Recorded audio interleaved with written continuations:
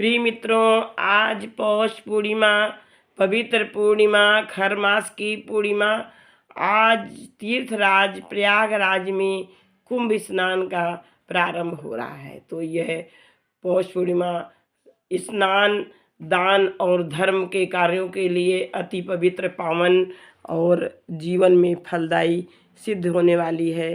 तो इस पूर्णिमा पर भगवान जगत के पालनहार भगवान विष्णु का जो कि समस्त तापों और संतापों को हरने वाले हैं, भाग्य में लिखे हुए कष्टों को दूर करने वाले हैं, उनका पहले ध्यान करते हैं।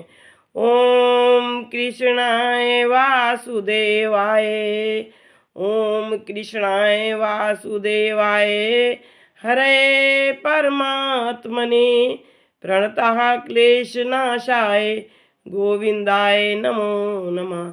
आज ये पूर्णिमा तिथि देवताओं को समर्पित होती है और जिस तरह से अमावस्या तिथि अपने पितरों को समर्पित होती है, उसी तरह से यह पूर्णिमा तिथि देवताओं को समर्पित है। पौष पूर्णिमा का व्रत 13 जनवरी को रखा जाएगा। इसी दिन भगवान चंद्रदेव का पूजन करना अति आवश्यक होता है। जिसकी कुंडली में चंद्रमा कमज़ोर स्थिति में हो, और यदि चंद्रमा कमज़ोर स्थिति में नहीं भी होता है, फिर भी आज चंद्रदेव का पूजन करते हैं। सूर्यदेव की सबसे पहले तो सूर्यदेव का पूजन करते हैं। आज पूर्णिमा तिथि, आज दिन सोमवार को है। आर्द्रा नक्षत्र है। इस आर्द्रा नक्षत्र में भगवान शिव की, भूत भावन भोलेनाथ की पूजा विशेष फलदायी है। तो आज भगवान भूतनाथ भोलेनाथ के मंदिर में जा कर के गणेश जी और पार्वती जी और शिव जी, कार्तिकेय जी, समस्त शिव परिवार का हमें पूजन अर्चन करना चाहिए, अभिषेक करना चाहिए और बिल्व पत्र से भगवान भोलेनाथ समर्पित करना चाहिए। भगवान सूर्य को देना चाहिए जल आज, क्योंकि ये मास सूर्यदेव का मास है। ओम सूर्याय नमः, ओम आदित्याय नमः, ओम भास्कराय नमः, ओम सूर्याय नमः, ओम आदित्याय नमः, ओम भास्कराय नमः, ओम सूर्याय नमः, ओम आदित्याय नमः, ओम भास्कराय नमः। तो इस प्रकार से अब आज पूर्णिमा के दिन, आज की दिन व्रत कथा का विशेष महत्व है। तो व्रत की कथा इस प्रकार से है। द्वापर युग में एक समय की बात है कि यशोदा जी ने श्री कृष्ण से कहा, हे कृष्ण, तुम सारे संसार के उत्पन्न करता, पोषण तथा संहार करता हो। आज कोई ऐसा व्रत मुझसे कहो जिसके करने से मृत्यु लोक में स्त्रियां विधवा होने का भय ना रहे। यह व्रत सभी मनोकामनाओं को पूर्ण करने वाला हो। और श्री कृष्ण कहते हैं, हे माँ, तुमने अति सुंदर प्रश्न किया है। मैं तुमसे ऐसे ही व्रत को सविस्तार कहता हूँ। सौभाग्य की प्राप्ति के लिए स्त्रियों को 32 अर्थात 32 पूर्णिमाओं का व्रत करना चाहिए।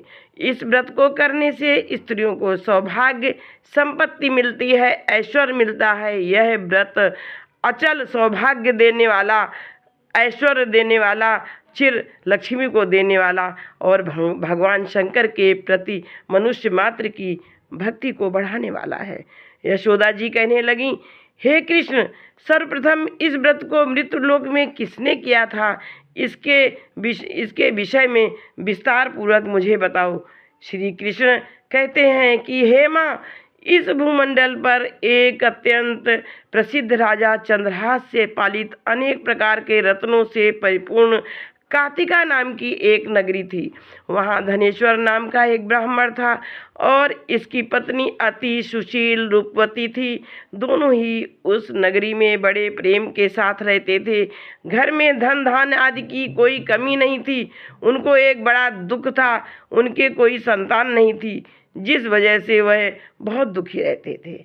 एक दिन एक बड़ा तपस्वी योगी उस नगरी में आया। वह योगी सभी के घरों से भिक्षा मांगकर भोजन किया करता था, लेकिन उस ब्राह्मण के घर से भिक्षा को नहीं लिया करता था। एक दिन योगी गंगा किनारे भिक्षा मांगकर प्रेम पूर्वक खा रहा था, किंतु धनेश्वर ने योगी को यह सब करते देखा और सब कार्य किसी प्रकार से देख लिया। अपनी भिक्षा अनादर से दुखी होकर धनेश्वर योगी से बोले, और सभी घरों से भिक्षा लेते हैं परंतु मेरे घर की भिक्षा कभी नहीं लेते हैं, इसका कारण क्या है? योगी कहने लगा कि आपके धर्म हमें इस बात की आज्ञा नहीं देता है, क्योंकि अभी आप गृहस्थ जीवन में एक सुख से वंचित हैं। आपके घर संतान होने पर मैं आपके घर से भिक्षा स्वीकार करूँगा। उन्होंने कहा कि जिसे संतान नहीं है उसके घर से भिक्षा लेने से मेरे भी पतित हो जाने का भय है। धनेश्वर यह सब बात सुनकर बहुत दुखी हुआ और हाथ जोड़कर योगी के पैरों पर गिर पड़ा तथा दुखी मन से कहने लगा कि आप मुझे संतान प्राप्ति के उपाय बताइए। आप सर्वज्ञ हैं, मुझ पर अवश्य यह कृपा कीजिए। धन की मेरे घर में कोई कमी नहीं है, लेकिन मैं संतान न होने के कारण अत्यंत दुखी हूँ। आप मेरे इस दुख का हरण कीजिए। यह सुनकर योगी कहने लगे, तुम चंडी की आराधना करो। घर पहुंचकर उन्होंने यह सारी बात अपनी पत्नी को बतलाई और खुद वन में चले गए। वन में पहुंचकर उन्होंने चंडी की आराधना की और उपवास किया।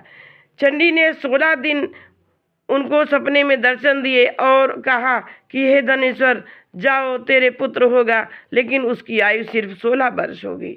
16 वर्ष की आयु में ही उसकी मृत्यु हो जाएगी। अगर तुम दोनों स्त्री और पुरुष 32 पूर्णिमाओं को व्रत करोगे तो यह दीर्घायु हो जाएगा। जितनी तुम्हारी सामर्थ्य हो उतने आटे के दिए जलाकर शिव जी का पूजन करना, लेकिन पूर्णमासी 32 ही होनी चाहिए। सुबह होते ही तुम्हें इस स्थान के पास एक आम का पेड़ दिखाई देगा। अगर उस पर चढ़कर एक फल तोड़कर अपने घर चले जाना। अपनी पत्नी को इस बारे में कुछ मत बताना। सुबह स्नान होने के बाद वह स्वच्छ होकर शिव जी का ध्यान करके उस फल को खा ले, तब शंकर भगवान की कृपा से उसको गर्भ हो जाएगा। जब ब्राह्मण सुबह उठा तो उसे उस स्थान पर आम का पेड़ दिखाई दिया और वह उससे फल तोड़ने के लिए चढ़ा, लेकिन वह पेड़ पर चढ़ नहीं पा रहा था। यह देखकर उसे बड़ी चिंता हुई। उसने भगवान गणेश की उपासना की और कहा, हे दयानिधे, अपने भक्तों के विघ्नों का नाश करके उनके मंगल कार्य को करने वाले, दुष्ट का नाश करने वाले, रिद्धि सिद्धि देने वाले, आप मुझे इतना बताएं कि मैं अपनी मनोकामना पूरी कर सकूं। इसके बाद वह पेड़ से फल तोड़कर अपनी पत्नी के पास पहुंचा। उसकी पत्नी ने अपने पति के अनुसार इस फल को खा लिया और वह गर्भवती हो गई। देवी की कृपा से उसे बहुत सुंदर पुत्र पैदा हुआ। उसका नाम उन्होंने देवीदास रखा। इस प्रकार से माता पिता के हर्ष और शोक के साथ वह बालक बड़ा होने लगा। भगवान की कृपा से बालक बहुत ही सुंदर था, सुशील और पढ़ाई लिखाई में भी बहुत ही निपुण था। दुर्गा जी की कथनानुसार उसकी माता से उस 32 पूर्णमासी का व्रत रखा। जैसे ही 16वां वर्ष लगा, दोनों पति पत्नी बहुत दुखी हुए, कहीं उनके पुत्र की मृत्यु ना हो जाए। उन्होंने सोचा कि अगर उनके सामने यह सब हुआ तो वह कैसे देख पाएंगे। तभी उन्होंने देवीदास के मामा को बुलाया और 1 वर्ष के लिए देवीदास को काशी में पढ़ने के लिए भेज दिया। 1 वर्ष के बाद उसे वापस लेकर आए। देवीदास अपने माता पिता के साथ एक घोड़े पर सवार होकर चल दिए। उसके मामा को यह बात पता नहीं थी। दोनों पति पत्नी ने 32 पूर्णमासियों का व्रत बहुत ही मनोयोग और विधि पूर्वक किया था। दूसरी तरफ मामा और भांजा दोनों रात गुजारने के लिए रास्ते में एक गांव में रुके। उस दिन उस गांव में ब्राह्मण की कन्या का विवाह होने वाला था। जिस धर्मशाली में वह वर और बारात के बाकी लोग रुके हुए थे, उस धर्मशाला में देवीदास और उसका मामा भी ठहर गया। उधर कन्या को तेल आदि चढ़ाने के बाद जब लग्न का समय आया तो वर की तबीयत खराब हो गई।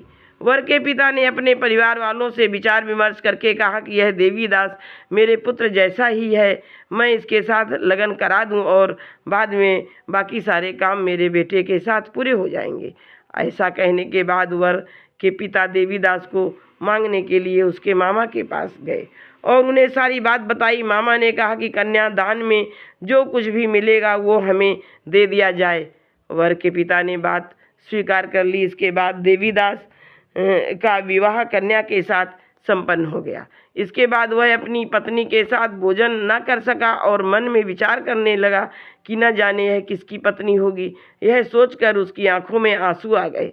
तब वधू ने पूछा कि क्या बात है, आप उदास क्यों हैं?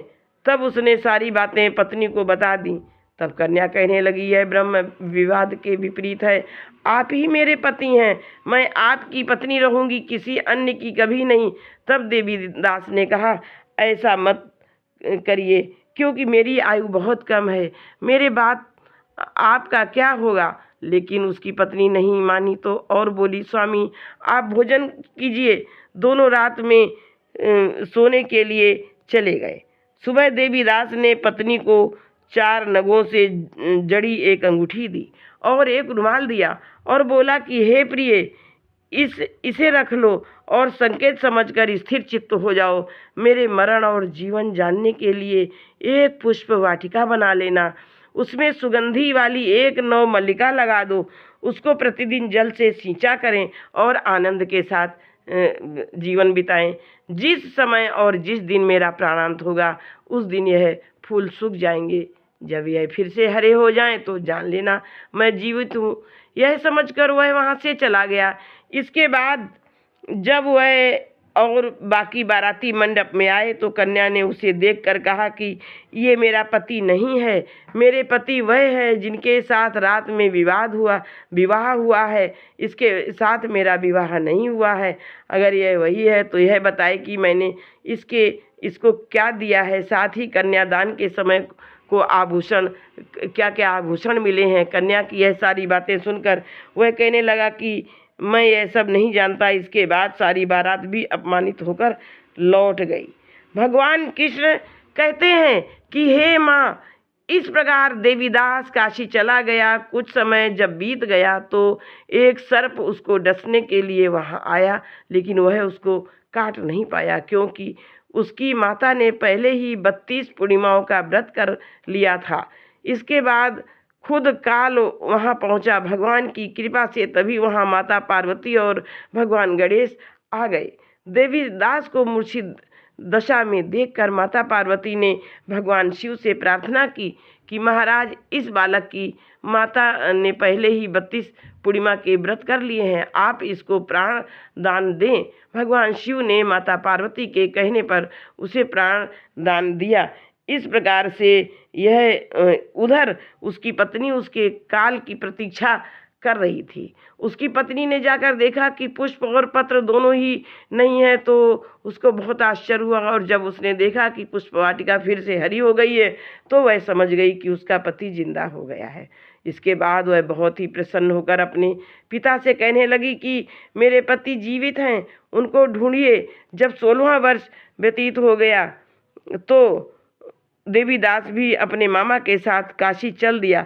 इधर उसकी पत्नी के परिवार वाले उन्हें ढूंढने के लिए जा ही रहे थे कि उन्होंने देखा कि देवीदास और उसका मामा उधर ही आ रहे थे। उसको देखकर उनके ससुर बहुत प्रसन्न हुए और उसे अपने घर ले गए। वहाँ सारा वगैरह इकट्ठा हो गया और कन्या ने भी उसे पहचान लिया। देवीदास ने इसके बाद अपनी पत्नी और मामा को लेकर वहाँ से चल दिया। उसके ससुर ने भी उसे बहुत धन दहेज दिया। जब वह अपने